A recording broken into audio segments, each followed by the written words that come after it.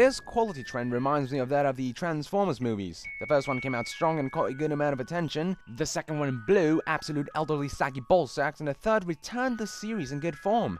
The only difference between the two is that f.e.a.r doesn't blow dick. Even the disappointing f.e.a.r 2 is better than the best of the Transformers movies, but we digress. Can f.e.a.r 3 fully redeem itself after a disappointing prequel? Let us find out.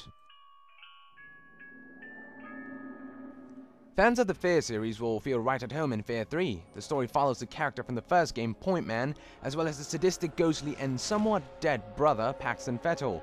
The story once again involves the protagonist's encounter with Armor Cam, as well as the disturbing story of Alma and her relationship with her sons.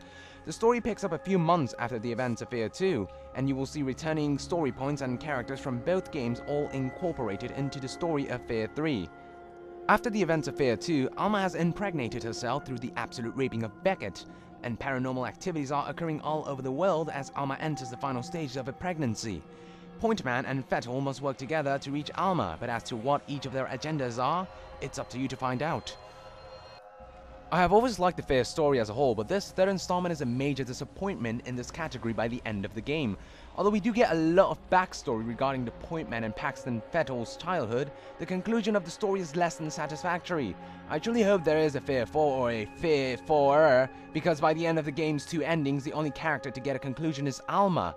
Her fate in the game is the same nonetheless. It just happens in different ways, and even that is extremely brief. Characters such as Beckett will also make a brief appearance, but his role is surprisingly minor. After everything they had built up in f.e.a.r 1 and f.e.a.r 2, I truly expected a much deeper psychological, personal, informative, and overall more fleshed out and epic story and conclusion, finally bringing together everything they had built up in the first two games.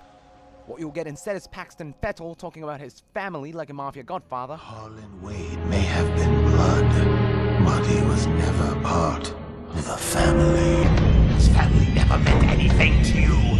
Are you going to continue to follow the orders of that woman, or stay true to your own blood? And constant reminders that the world will come to an end if she gives birth, although it is never truly explained what the dangers are if Alma actually gives birth, and because of that there's no real sense of urgency. Essentially, apart from some background story, the story will simply revolve around solving Alma's pregnancy, never truly explaining the purpose or the threat of the pregnancy, nor explaining why Alma decided to get pregnant in the first place. The story in f.e.a.r 3 adds a bit to the f.e.a.r story archive, but fails to conclude the story on a high note. The story and presentation is Fail!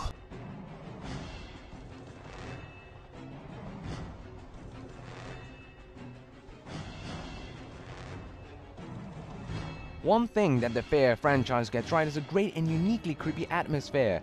f.e.a.r 3 is no different.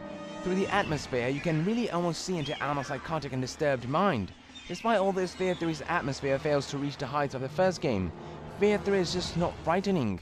f.e.a.r 1 had some great fright moments using slow, suspenseful, and atmospheric methods, but f.e.a.r 3 went back to the more cliched ways of fright attempts through the monster popping out of nowhere with a loud and sudden music method.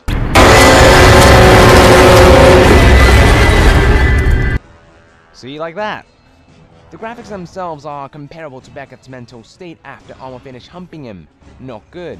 One look and it is instantly noticeable that the graphics are dated. However, the environments are much more varied than ever before, but the technical aspects of the graphics just aren't on par with what you would expect to see with modern games. With more modern graphics, the atmosphere could have been that much better.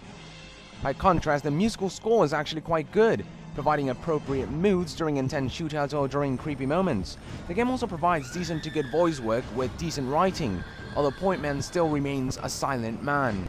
Despite the dated graphics in f.e.a.r 3, the atmosphere, ambience, and music pulls f.e.a.r 3's graphics and sound to a win!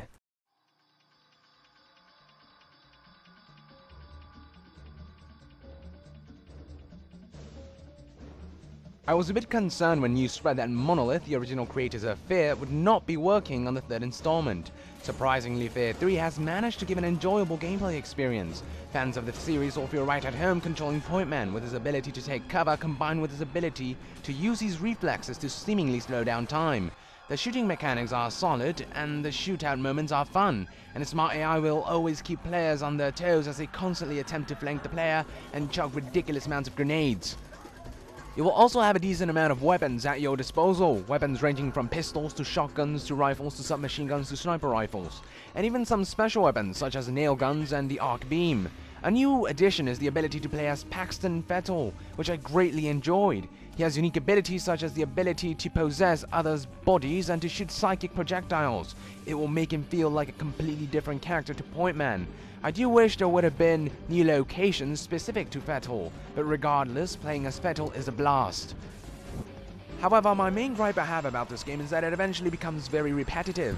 A few intervals in and you'll have seen most of the game's enemies, and apart from the occasional robot suit action, you'll be simply running around in slow-mo shooting some bastards for 7 hours. What will change is the environment, and gameplay takes a drastic turn for the worse during the last mission, but apart from these, there's nothing that will surprise the player. f.e.a.r 3's campaign is really fun and a great time killer, but there's nothing mind-blowing, spectacular, innovative, or unique that will make it a standout first-person shooter.